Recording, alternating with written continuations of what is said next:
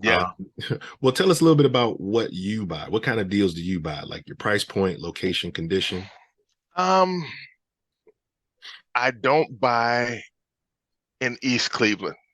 Okay. That entire area is just off limits to me because I don't understand East Cleveland buyers. I don't understand anyone that would buy a house there because everybody I know is getting out of there as quickly as they can. Um, That's actually where I came from, East Cleveland. East Cleveland? Yeah. Hmm. See, you're not there now. Case Yeah. in point. I've been Yeah. there for many years. Other than the Rockefeller Park area, that's the only part over there that's even decent as far as I'm concerned. And the school system scores reflect that. Um, I think the other thing is, you just have to, like I said, just have a vision. Like when you look at a property, you should be able to say, okay, this is what this could be and get there. But yeah, it's every property is different though. So there's like I said, there's no real cookie cutter thing where you say, okay, I look at this percentage, this square footage, this many bedrooms. Now, in general, I don't buy anything smaller than 3 bedrooms Hmm. because I just don't know people that are looking for 1 and 2 bedroom houses. I tend to not like to buy things in HOAs because Tell that it. is a that is a Tell it. headache. Please tell Uh, it. Please, wow, oh, why HOAs are a headache? well, because a lot of HOAs, believe it or not, charge you transfer fees when you sell the property. Hmm. Like I got one over here, they charge like $1,000 for you to have the right to sell your property to somebody else.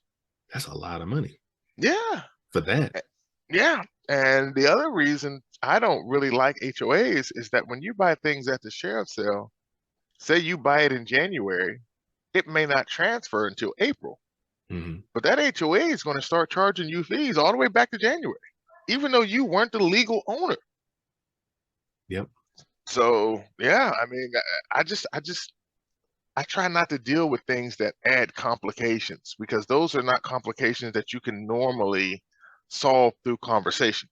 That Hmm. normally resolves going to court because they're very adamant about, hey, you're going to pay us this, or we're going to put a lien on your property and you can't sell it. Hmm. Yeah, that's when I've had experiences with them. It hasn't been to that degree. Most of it's been like if you buy a property and there's a, if you're not ready to work on it immediately or do something to it, you just, okay, I'm going to sit this for a second. And then you start getting hit with fees. Oh, make sure the grass is this, make sure it's that, even if it had been sitting for years. Right, but because they understand that they can't get that money from the previous owner, but they can get it from you. Right. And they're So, very aggressive with it. oh man, yes they are. Yeah. So I don't deal with that. The other thing, I don't know if you're familiar with Cleveland. We have a thing up here called point of sale. I'm not familiar with it. Okay, a point of sale inspection is here in Cleveland in all the suburban areas. They have a thing where the city has to inspect it before you can transfer the deed. Okay. So say you have a Shaker Heights is a perfect example. Say you have a house in Shaker that's $100,000 and the city comes out and says, okay, it needs $50,000 of repair. The person buying that house has to give the city of Shaker $75,000 to hold an escrow until they make those $50,000 in repairs. Goodness. And that's what keeps a lot of cash buyers out of Shaker. Maybe that's the point. There is Yeah. no cash buyers in Shaker. Well, so, but the problem with that though is then what you end up with is a lot of houses that are below a certain standard, but the person can't sell it because of the point of sale thing. So it just sits and decays over time. Yeah, I've seen my family. I got family in Shaker. That was one of the property. There was a property down the street from them, and I looked at once upon a time. And there's a lot of nice houses there. But if there's something going on with you, I can see why some of the style hasn't really shifted and moved forward at all because it seems like Hmm. it might be too much type too expensive. Yeah, I mean, like they'll like you might be looking at a house and the city comes out and says, okay, you got to put in a new driveway. That's $10,000. Yeah, easy. Yeah, and we're not gonna get into tuck pointing and roofing. I mean, it Shaker is one of those places you got to have deep pockets.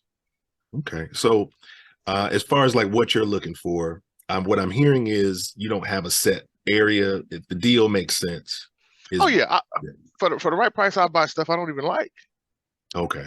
because Okay. somebody else will. Okay.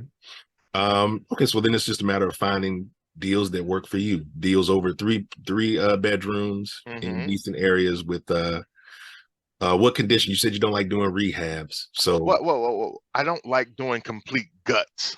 okay, I don't mind doing like a mid-level to a low-level refresh or a rehab. If I'm putting in some flooring, painting, windows, whatever. mostly cosmetic.